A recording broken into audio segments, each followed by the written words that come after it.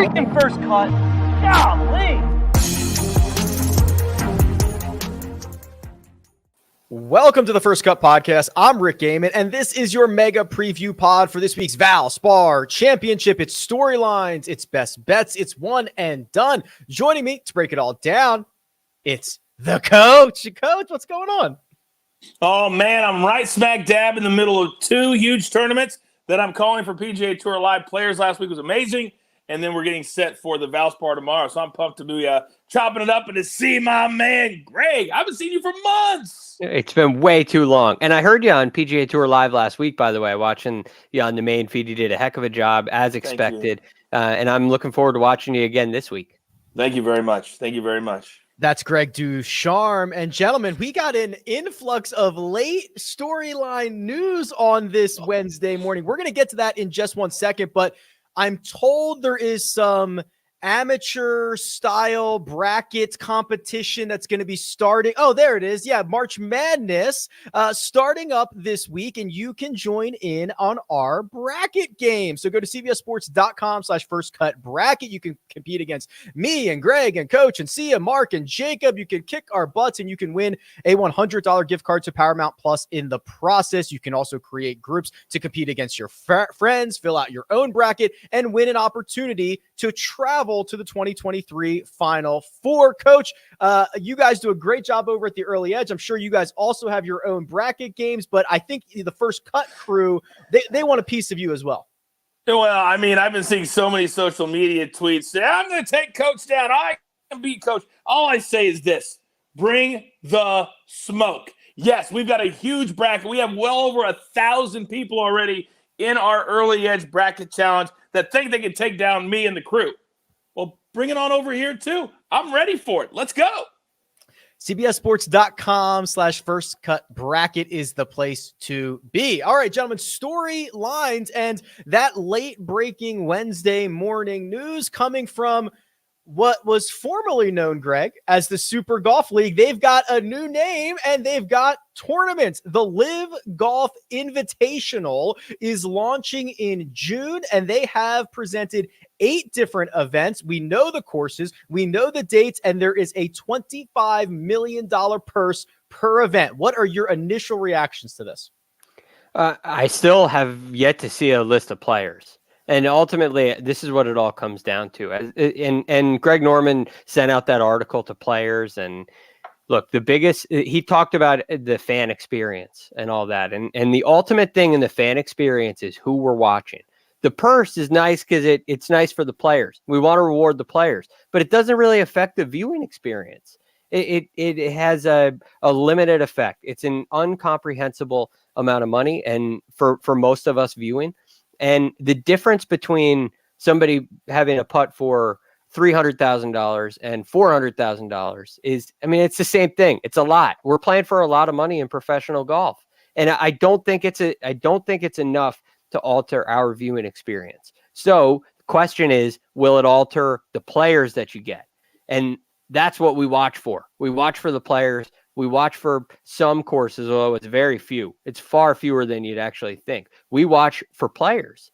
And until you get players, to me, it's no interest. And I don't care what the purses are. And I don't think, I don't really think anybody does, other than maybe players. Maybe the players do, Coach, because I'm well aware that we just had the largest purse in golf history, $20 million at the Players Championship. This organization says, okay, well, we didn't announce it during Players Championship week like we wanted to, and we've had some stumbles in the last couple of weeks, but we are now going to add $5 million on top of that and make this $25 million every single event for the rest of the year. I'm with Greg. It doesn't matter to me watching on television, but if you're trying to pick golfers from other organizations, I think this is probably one way to do it. Well, I mean, full disclosure, as you guys already said, everybody knows I work for the PGA Tour, and I'm one of the lead voices for the PGA Tour. And I love working for the PGA Tour and will for the rest of my career. When I look at this just from an outsider, it doesn't make any sense, and I'm going to tell you why. I worked for Vince McMahon in the WWE for 10 straight years and a total of 13 or 14 years. The one thing I know is that when business was great, we had stars. When business was down here, we did not. You cannot substitute for star power. I don't care how much money there is. I don't care if you come. Hell, I could throw out 8 events and 8 dates and go, oh, the Coach Invitational Tour. But again, as Greg said, I would not have any players to play in said events. I think they'll be able to find 30 or 40 players. But will we have ever heard of them? Will fans care? Will they even notice it on the calendar? I'm going to say no. Because all the stars that play on the PGA Tour, to a man, except for you-know-who, and I refuse to say his name, because I hate everything that he stood for when it came to this stuff, and you know what I'm talking about, he's left-handed. I haven't heard anybody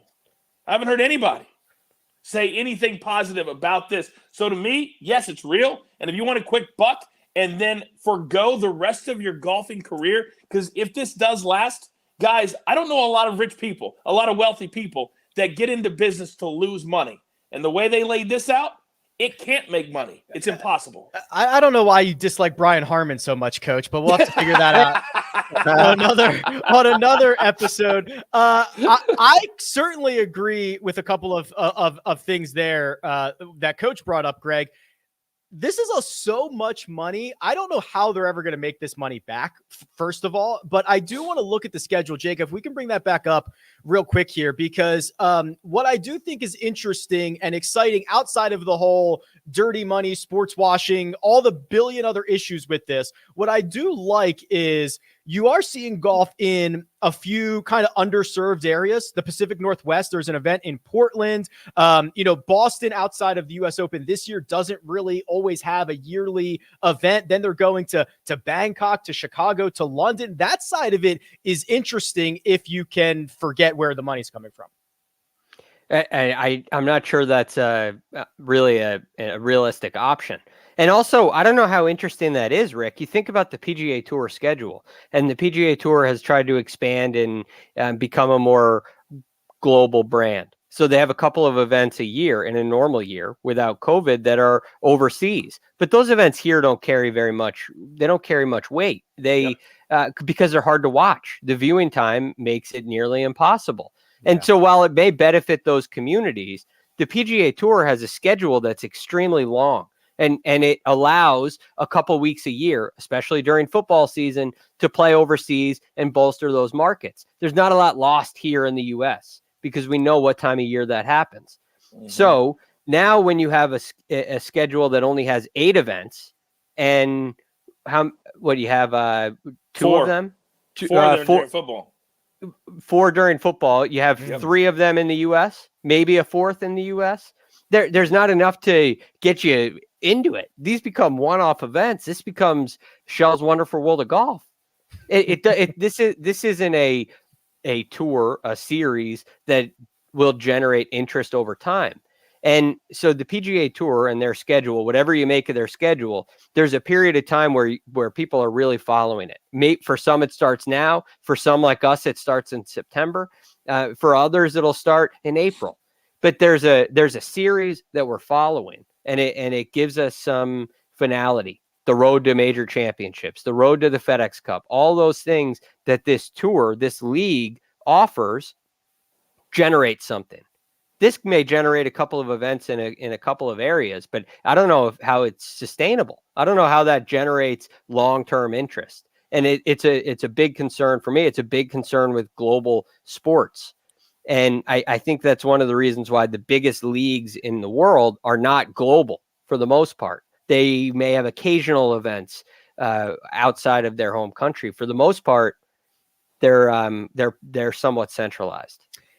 I would like, if I was a betting man, which I am, I would like the odds on these 8 events being the only 8 events that ever happen, Coach. I think we're in a situation, and we kind of talked about this, the sustainability of this much money this quickly from day one, with tons of questions about who is going to pay for all of this, whether it's television broadcast, who's deciding to broadcast it, whether sponsors are going to jump on board. I've got a billion questions about the sustainability of this business, but they were so deep into it. They've got to play some events. They burned all the bridges. They've got to do something. So I would not be surprised to see these 8 events starting in June in London being the only 8 events that we really ever see. But I want to go back to your point, Coach. It really only matters who plays. And if they're starting in June, we are likely going to have to find out whoever it is, if anyone is going. We're going to have to find out pretty soon. Yeah, they're going to have to be a huge part. Part of getting a big-time check like this is being willing to promote every event on social media as much as you humanly can. That's going to start right now. I do have kind of a unique viewpoint of the money. So a few years ago when I left ESPN and went back to the WWE for about a year and a half, they signed a deal with Saudi Arabia, 10 years, 2 events a year for $10 million per event plus production costs. They're not going to make that money back. But here's the thing. They're trying to turn Saudi Arabia into a destination. They want, and again, this may be a stretch, they want the rest of the world to say, you know what? I want to start taking vacations there. I want to play on those golf courses. And if they look at it as the totality of what they're trying to do, maybe they're willing to invest $1 billion now to make and turn over what people perceive of their country. I don't know that can be done. I don't know that you're going to get enough people ever to go, you know what? We've got a week off in July. We could go to Hawaii. We could go to Puerto Rico. Or we could go to Saudi Arabia and play golf. Who's going to do that? But that's what they're trying to do, which is why they signed a huge deal, over $200 million with the WWE. And then they started a golf tournament there, and they play all these guys 7 figures to show up and play. And then first place is $400,000. It makes no sense. And so I think they're willing to invest $500 million because they're between here thinking they can make their country a destination. And that, I think, is a really important aspect in this, because a big point that they have, a big asset that they have, is basically an unlimited wealth of an unlimited resource and money. Right. But they're willing to spend that, not just because they're willing to give it away, but for a purpose. As Coach just mentioned, whether you want it to be tourism, whether you want to change the perception of your country, you want to benefit the country of Saudi Arabia. And if you don't have players, and if you don't have attention, and this doesn't become something that's known around the world, then it doesn't do any of those things. And now the purpose of you're not giving money away because you have it. You're giving it away for or investing it, if you want to call it that, for a purpose. And so once the purpose is gone, and once it doesn't work, now all of a sudden you have nothing. And now, to what Rick said, these are 8 events that happen once. And they got to generate some kind of activity that makes them say, okay, this is maybe not worth it today, but it'll be worth it in 10 years. Exactly. And I don't know if they're going to get to that point. Yeah. I don't know how they would.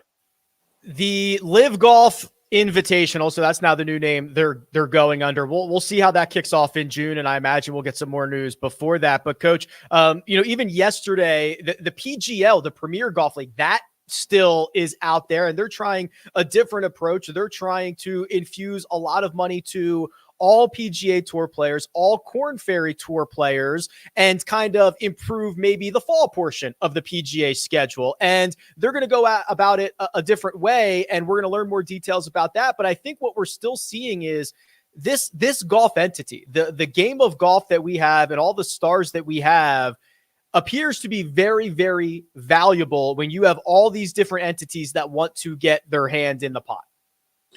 Very true. And part of the reason why the last 25 to 30 years of my career, I wanted to be as an executive in addition to talent, is because who's ever making these decisions, boys, could not be any dumber.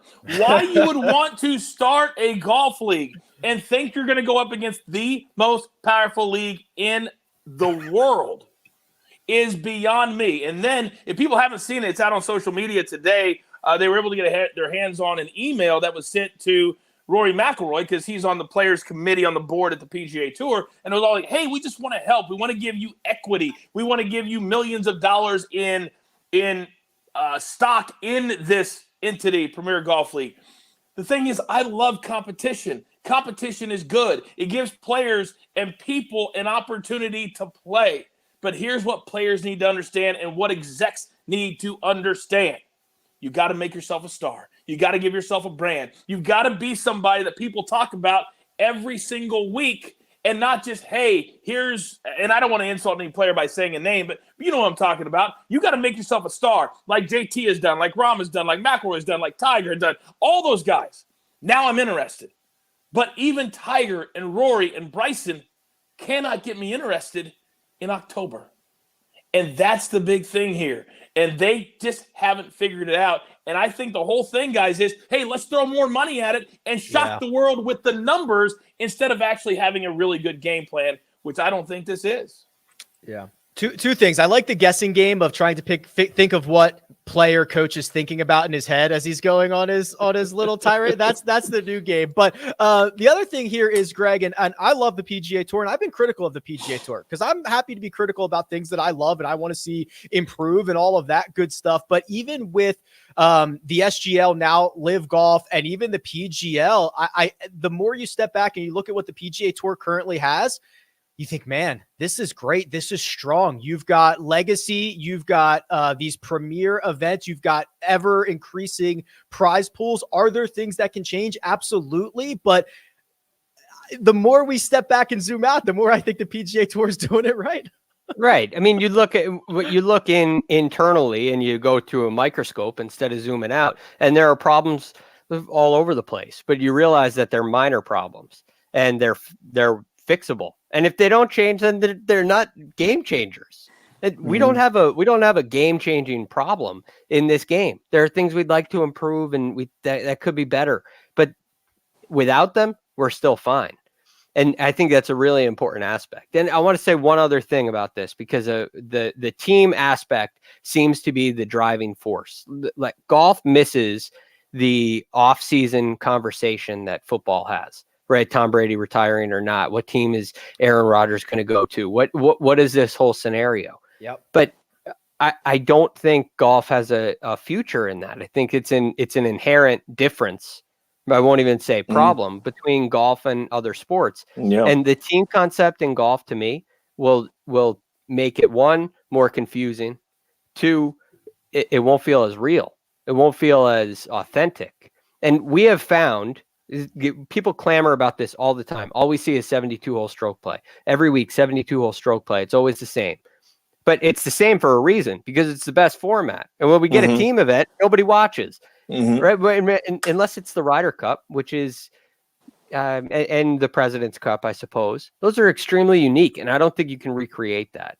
You create a different format. We'll do a Stableford format. We'll do a match play format. And the events tend to fall flat. I mean, the PGA Championship went from match play to stroke play because it leads to a better ending. And in your situation where everybody's watching, everybody wants to see the finale. We want it to be the most exciting. That's what stroke play does. And I don't think there's a problem there. People try and come up with new ways to improve it, which is fine.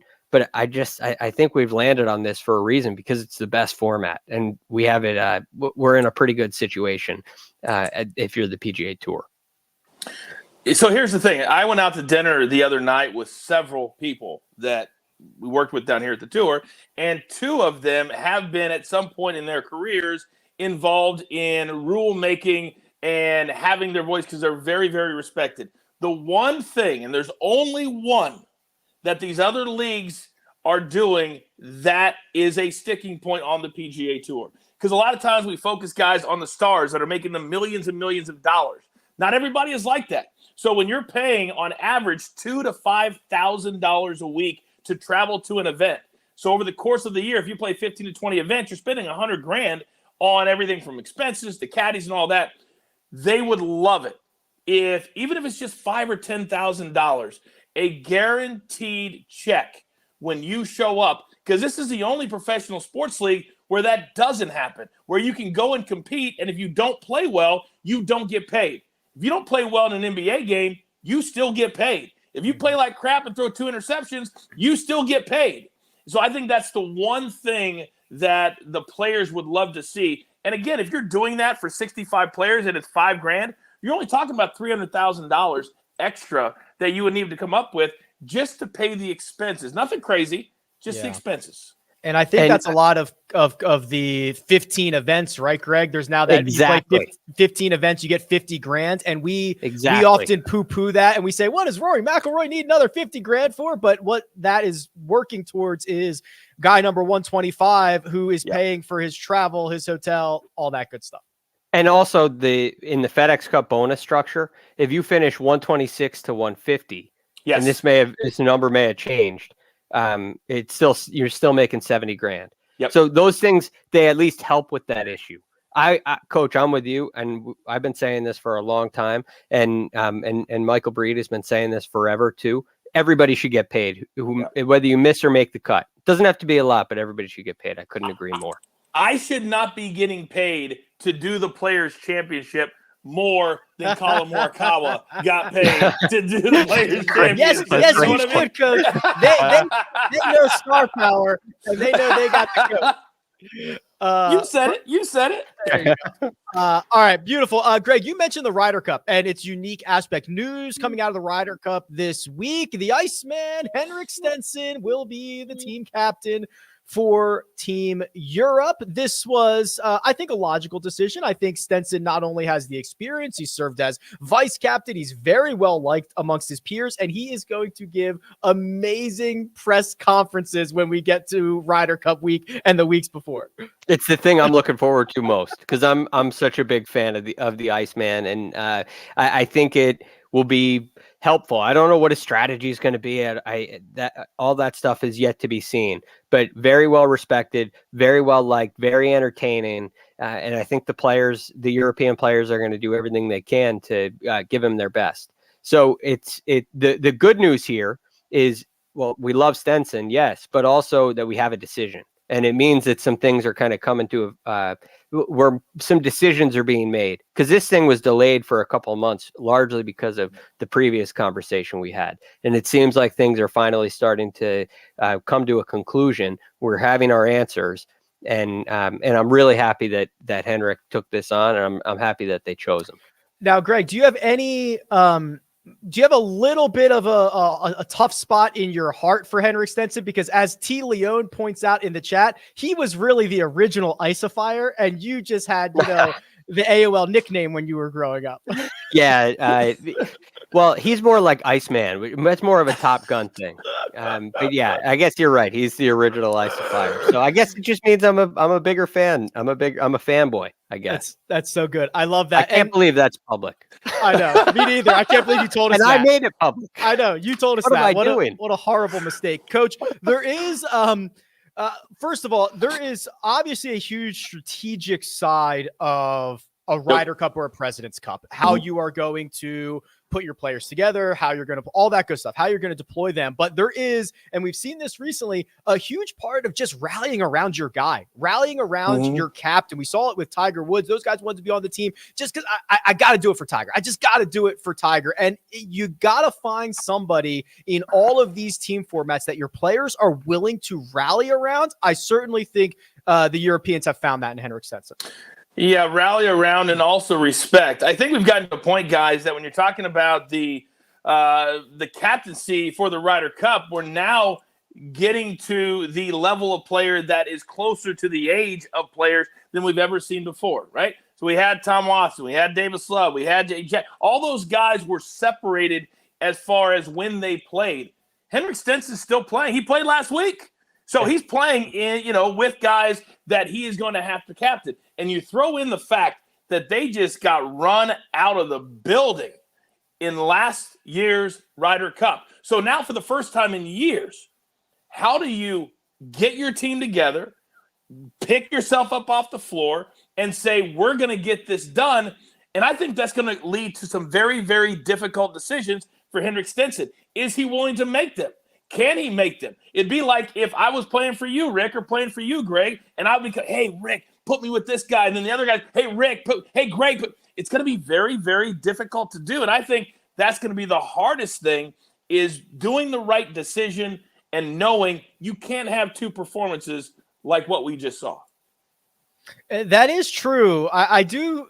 This guy, Henrik Stenson, still very much out there on tour, and he plays a lot on the European side as well, Greg. And there is a difference between talking to your friend about who you want to play with and who you want to be deployed, and talking to I don't know the right word, an elder, someone else that you might not be as closely connected with. Is there a line blurring there for this captaincy? Yeah, I mean, there's the captain. Use that word. It's nice when you have a captain. You have somebody that you know is in charge, and they're fully in charge. And as they get closer and closer to the followers, whenever a leader gets closer to the followers, decisions become more difficult to make. Mm-hmm. And when you have somebody that is that is clearly the captain, clearly in charge, clearly the leader, now decisions are final. And that's what we do in the military, right? There is a very, very structured hierarchy, and chain of command is the term they use. And that allows everybody to make decisions without it becoming personal. And so, look, that line is definitely blurred. I'm not sure it's extremely important. What I'm most curious to see with Stenson, and again, this is now a home European team that's facing pressure, I think, for the first time in a long time. They're going to be home dogs. And that hasn't been very common in the last 15 years.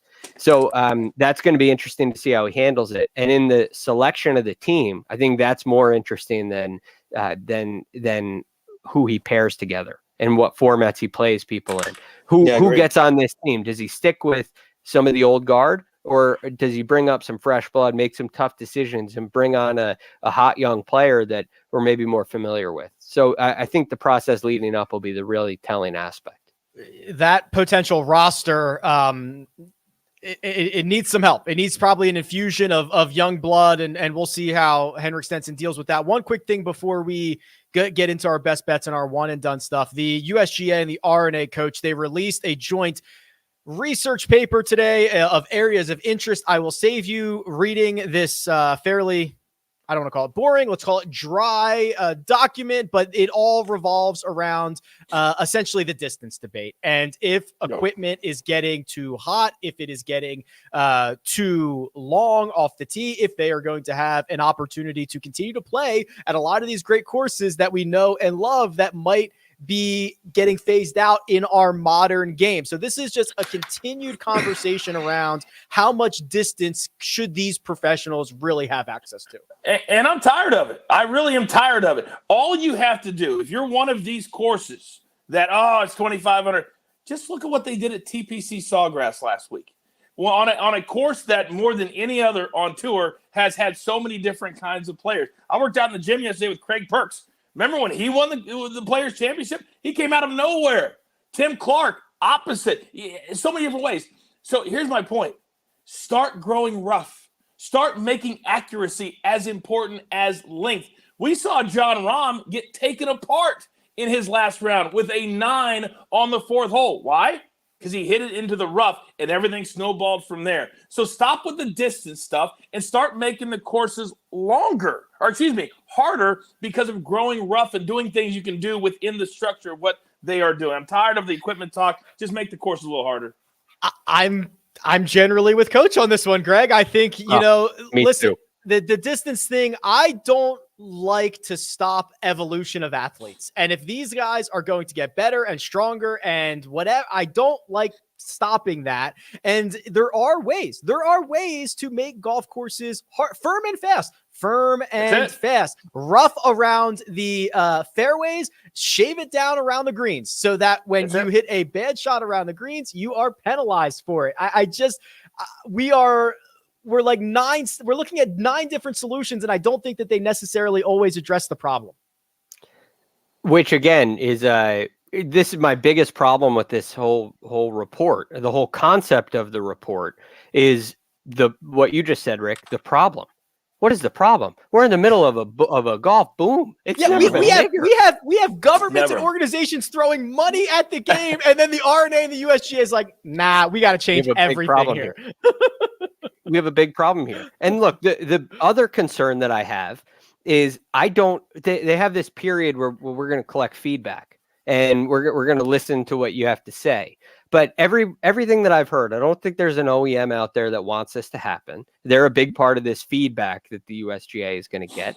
People, the talking heads are largely in a place of there's not a problem in the game. This is largely good. And and it seems like we just want to preserve Marion. We just want to go to Marion in 2050, which I love, but that's great. That is always the example being used, that if we continue to go down this path, we can't go back to Marion. I love Marion. I would play there every single week if we could, but if we lose Marion and still have access to everywhere else, okay. It's not a big deal. I mean, think about the iconic golf courses that this does not affect. They're everywhere. Seminole, a place at Indian Creek in Miami that I went to, that I used to work at, that is just iconic, and it just pops into my mind because it's short. The Jupiter Island Club down there. I mean, these places are phenomenal, historic golf courses that are not affected at all. Mm-hmm. And they're everywhere. There's far more of them than there are that are affected. And the game changes. The game has changed. It's okay. Here's the deal, and I hate to insult anybody, but everybody has to, when they have a job to do, they have to do it, right? And validate their paycheck. Sometimes I feel like these reports come out just for something for these people to have these jobs to do. That's how I feel, because it doesn't help anybody, at least a discussion. And sometimes, how many times, and this is what I love about working at CBS, we don't have meetings to have meetings to have meetings. A lot of times these type of organizations do, and then nothing ever comes out of it. When you have something to tell me a result, let me know. Otherwise, I'm done. I hope nothing comes out of it. Add a couple bunkers at 330 instead of 280, and then get back to me and see what happens. All right, gentlemen, we are going to move into our trees. There you go.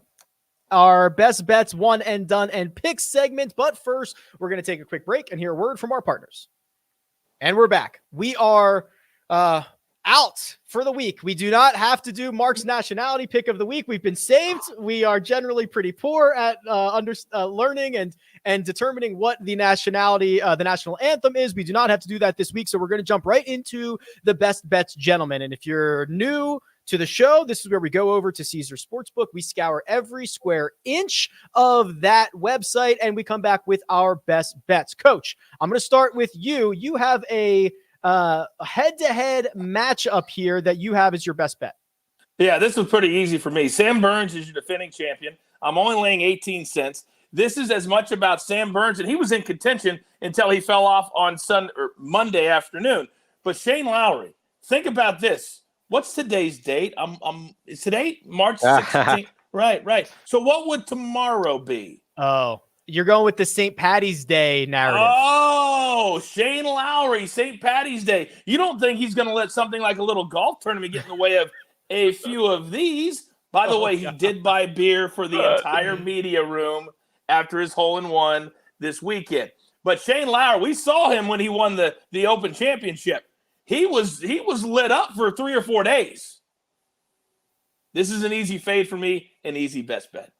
Coach is going with Sam Burns minus 118 over Shane Lowry the week of St. Patrick's Day. Greg, your best bet here says Alex Noren plus 163 over Fitzpatrick and Shank? Question mark?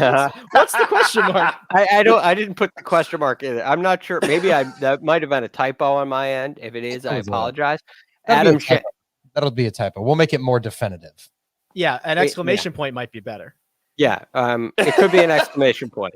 And look, I think Matt Fitzpatrick's been playing some great golf. This is not his best venue. And I look at what Alex Noren has done, and in, his last 6? We said this on Monday, and I can pull this up exactly. Here it is.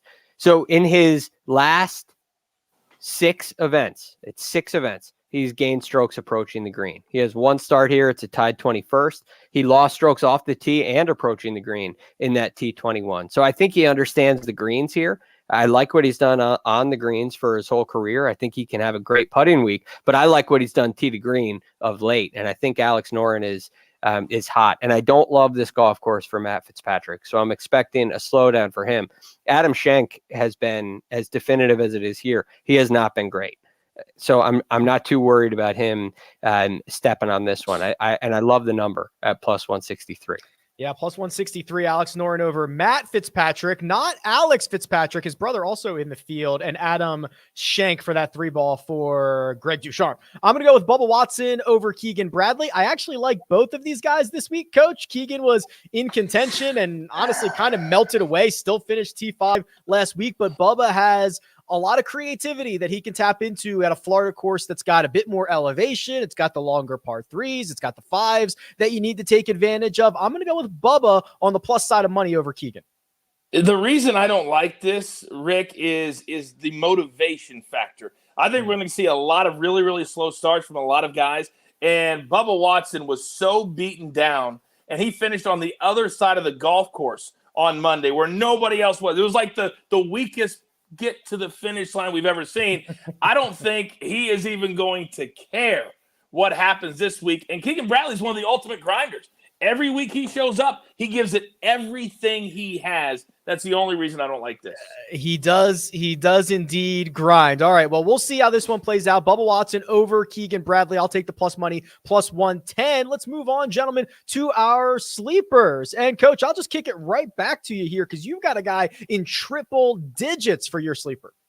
Yeah, so Pat Kazire broke, or he tied a record that Cam Smith also tied on Monday, and that was 10 birdies in the final round at the Players' Championship. He was just hitting lasers, but he wasn't close to the lead, so nobody really knew about it. So to me, he's won the last couple of years on tour, but he's still, anytime you're plus 10,000, that's a sleeper to me. So I'm going to take Pat Kazire there. Sam Burns, easy top 10 at plus 225. Love that number. And Victor Hovland, he was a top 5 finish here a year ago. And guys, I'm convinced it doesn't matter where this cat goes, he is going to figure out a way, even if it means getting a hole-in-one in the third round to position himself. He figures out a way to just get close to the top. I think this week, even though there's 5 of the top 10 players in the world at the venue, I think clearly his game is where it needs to be. I like him to win at plus 1,100. Victor Hovland, ball striking maniac. There is some evidence that the around the green areas here at the Copperhead course, not nearly as tricky as some of the spots that we've seen him in at both Bay Hill and TPC Sawgrass. 11-1. So that's Patton Kazire as coach's sleeper, Sam Burns to finish inside the top 10, and Victor Hovland to win. I'm going to go with Troy Merritt here, plus 12,500. That's 125 to 1. Had a top 10 here last year. He's been popping up. He's been making the cut at some of these more difficult events. Now he gets into a weaker field. And my top 10, Greg, this is your guy. I'm on board. Yes. I'm here for it this week. Adam Hadwin, similar. There's actually, I sent this out in my email newsletter this week. There are 2 guys who have made huge approach improvements from 2021 to 2022. Alex Noren is one. You pointed that out. Adam Hadwin is the other. He's won this event. He's always a very good putter. I'll take him to finish inside the top 10. And then my pick to win, and Greg, I'd love your thoughts on this. I went a little bit further.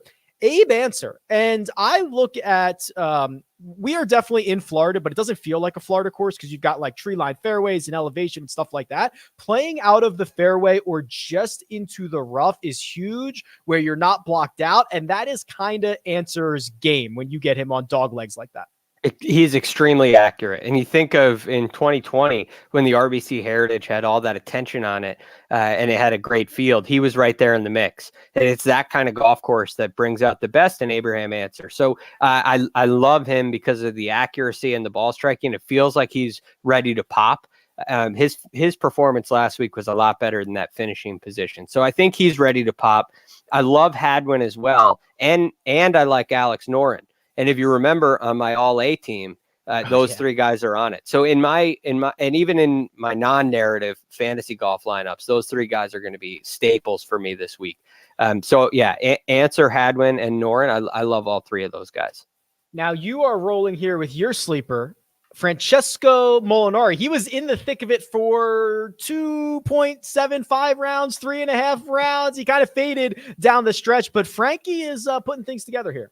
He hit it a lot better last week, which I think could be advantageous for him because his finishes of late, he's been making cuts since the American Express, where he finished tied 6th and was in contention. He made the next 3 cuts, but he hit it terribly.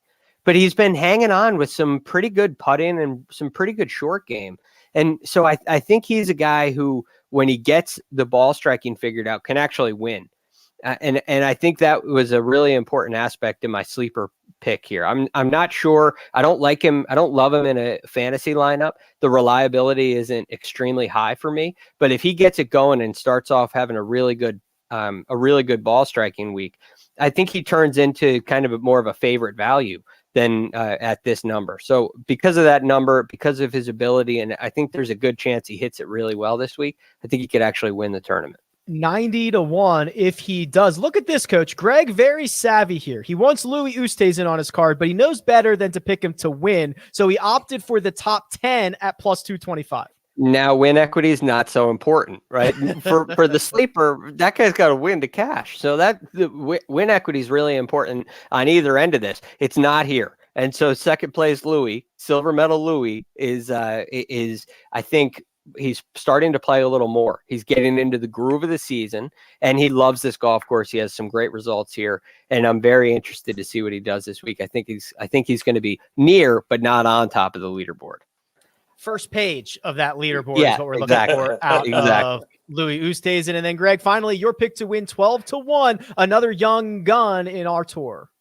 Yes, Colin Morikawa. And a lot of the reason he got a really bad break last week with the draw, and a lot of players did. It's not an excuse. It's an explanation and why there's a miscut all of a sudden. And I think that has a bigger effect than his actual form. I think he gets back into form this week, and I think he's the best player in this field. So I'm going here. Now, the thing I like about what you did, Rick, with your winner, going with Abe Answer, we haven't seen big names win this year. We've seen a lot of big names play well, a lot of big names in contention, but it's been kind of surprise winners almost every week on the PGA Tour this year. And I would include Cam Smith in that field last week. So I'm very interested in your selection there. I didn't have the guts for it. I think the best player in the field this week is Colin Morikawa, and I think he's going to close the deal. Hey, Coach, have you noticed now, and I'm seeing it right here on our card as well, Viktor Hovland 11-1, Colin Morikawa 12-1. We're starting to see maybe a little bit of a shift here. Obviously, Colin Morikawa's resume with the multiple major championships and big-time wins is probably one that Victor would trade for at this point, but books are really starting to either treat them as equals or in recent weeks give Hovland the nod a bit. What do you think about that? Well, we talked about it on the air extensively last week because we had so much time to talk about it, that this is really starting to be a shift in players moving out and players moving in, but not just moving in like they did a couple of years ago. We were like, oh, it's nice. Hovland's playing well. Oh, Morikawa got it. Now these are turning into dominant players on the PGA Tour. But for every 5 new dominant players you have, what do you got to have? You got to have 5 guys that get pushed out. So guys like Brent Snedeker, the Lee Westwoods, the middle 40-somethings are now realizing, wait a second, unless I get my butt in gear, I'm getting pushed out. And I also don't think a lot of the veteran guys like the attention that a Viktor Hovland is, shucks, and that they're getting, right? And if anybody saw the incredible sound that Hovland had with Berger and Joel Damon on that issue, Hovland stood up for himself. And I think we saw him in a completely new light based off of that interaction. And that's a guy that we can get behind, and also Colin Morikawa. All right. Well, they are 2 of the favorites to win this week at the Valspar, which, gentlemen, leaves us with one final thing to do. It's our one and done selections. But first, we're going to take a quick break and hear a word from our partners. And we're back. All right. It is time. Now, as we do for the one and done each and every week, we start at the bottom, which for now, and just for now, is the fans, because I imagine any moment now they will be passing Kyle and Sia Najat. And I will tell you, so Elijah does all the polling for us here, which is super helpful. And he sends me the percentages of the vote. And I will tell you that before his WD coach, Paul Casey was the landslide leader to be the fans one and done. They wanted, give me Paul Casey, but they are not going to get him because he is withdrawn from this event. Yeah, I don't know what I actually didn't see the complete reason for it. Doug Gim also. I mean, I don't know how, when you won this event in 18 and 19, unless it's just something that you can't play through, how you move away from this tournament is beyond me. I know he had a 3 and he made 7 figures, but show up. Please show up. The actual voting looks like this. In third place with 12.6% of the vote, not the fans one and done selection, is Dustin Johnson. Number 2 with 16% of the vote, the defending champion, not the fans one and done selection, Sam Burns. And the official fan selection for the Valspar Championship, the one and done with 22% of the vote, Victor Hovland. Yes, they're going. Yeah, they're going with Victor. They're going with Victor. So they're looking to make moves here, which is great. Yep. Yeah. Kyle Porter has a, what is that, $100,000 lead, Greg, on the fans. He's going with Russell Knox. We talked about him a little bit on Monday. He's not only a good course fit, he's got decent history. He's ball striking the heck out of it. Kyle is attempting to make some moves here by being the lone wolf on Russell Knox. I mean, when you're in this position, I don't know off the top of my head what he's unloaded, but I like Russell Knox as a play. I'm not sure if this is enough for Kyle to extend his lead over. I mean, he's looking in the rearview mirror of Victor Hovland, and he's got Russell Knox. That's scary. It's a scary place. I know Knox is playing great. I'm not knocking the pick, but it's a little concerning. You are knocking the pick. Just say it. You're knocking the pick. That's what you're doing. I like, if I were in my situation here, I'm trying to be different than you guys. I'm trying to catch you guys. I might take a Russell Knox here, but I'm looking in the rearview mirror at, I guess what I'm saying is I'm knocking Kyle making this pick. I'm not knocking Russell Knox because I think he's a good option, but is he going to win this thing? Is he going to get Kyle any closer to Mark? No. I can tell you that Kyle's path to the top of the leaderboard is very, very narrow. So I'm looking at who he has used. He has earned, so he used Victor Hovland, Colin Morikawa, Xander Schauffele, Scotty Scheffler, Daniel Berger, Patrick Cantlay, Rory McIlroy, John Rahm, and got a total from those 8 golfers, maybe 8 of the best golfers on planet Earth. He has gotten a total of $939,000. So, oh no! Oh, that's terrible.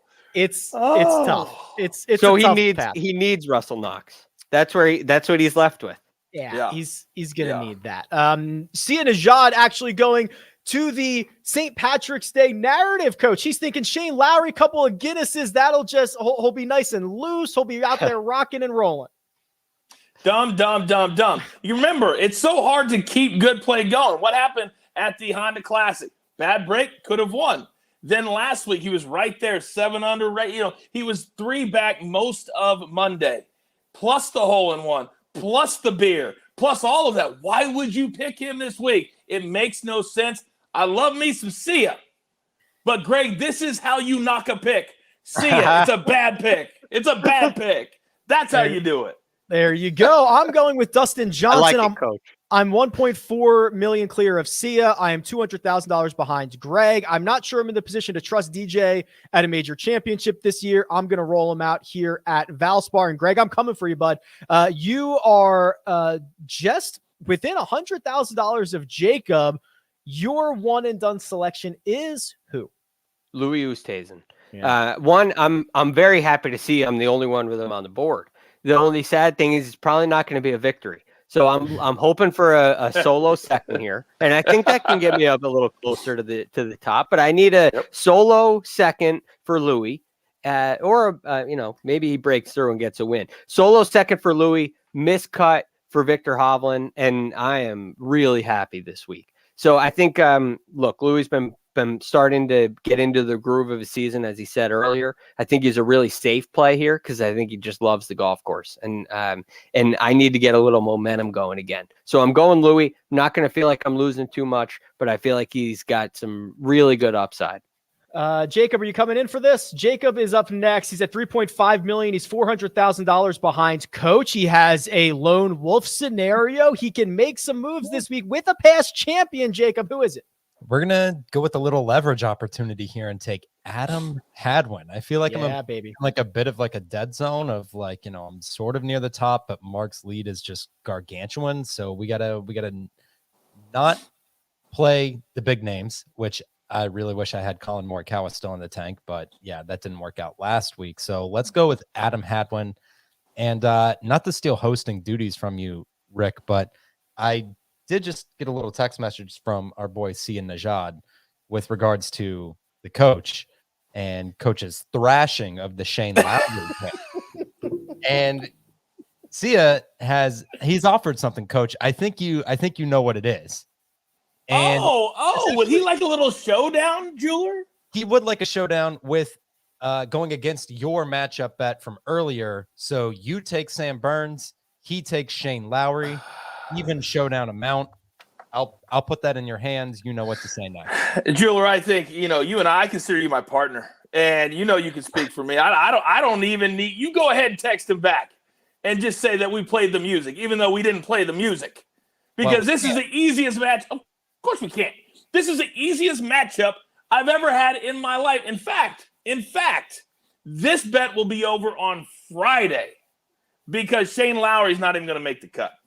On Friday, this will be over. One thing to do. It's gonna be a showdown. Let's go!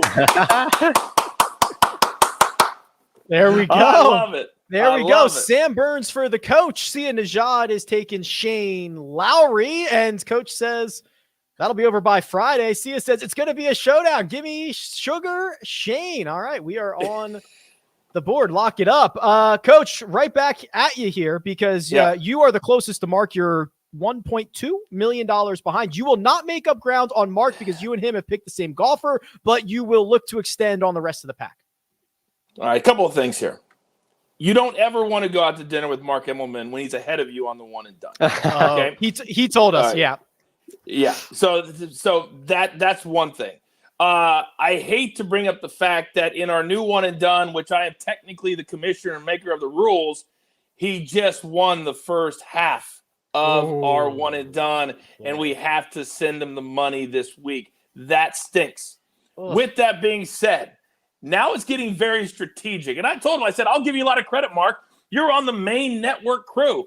And somehow every week, you and I are picking the same, which means you're trying to get in my head because you're trying to think, how do the greats pick their people? It was just a year ago that all of you guys were like, Coach, you're on the bottom. And I told everybody, I started 3 months behind. I said, but once I get in it from the beginning, look what's going to happen. And that's exactly what I told you, with the exception of Mark being in the lead. So right now I'm biding my time because we have 4 separate payouts for the major championships. But now I've got an entire second half to catch him, and I have to be strategic. I just can't throw somebody out there like Russell Knox or Shane Lowry and think I'm going to stay behind Mark. So I'm willing to stay right here this week because I have the long play in mind.